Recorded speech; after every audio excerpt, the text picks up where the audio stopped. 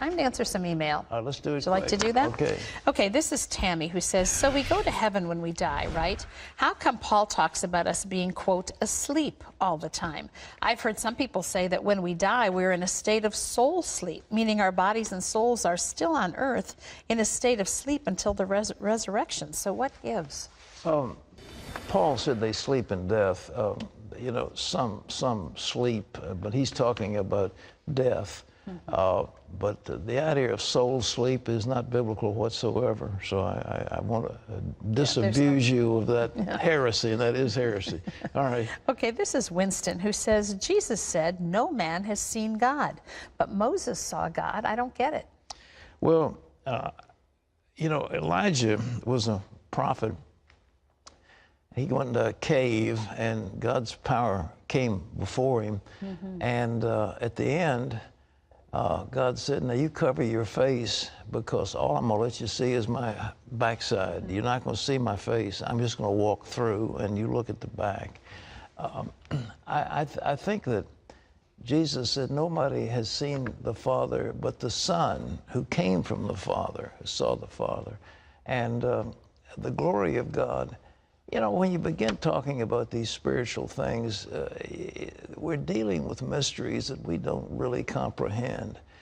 So to spend time parsing each thing like this, I think, is a fruitless endeavor. I don't mean to put you down, but I just think you can waste a lot of time on things that really not going to affect the way you live. But as far as I know, he said nobody has seen the Father. What did Moses say? He came off the mountain with his face shining, but did he look straight at the Father? Was he in the glory of God? Was he surrounded by the Shekinah glory? The Bible doesn't really say he stared God in the face. He doesn't say that. He came off the mountain and he was glowing, and he had to have a veil over his face. All right. This is Sean who says, I fell in love with a church girl. Unfortunately, things didn't work out for us and we broke up. I have asked God to take away the pain from that relationship, but it remains. To make matters worse, I see her at church every week. Should I find a new church? I can't tell you what to do for a church. Difficult. You must really have been in love, and it must have been a very painful separation.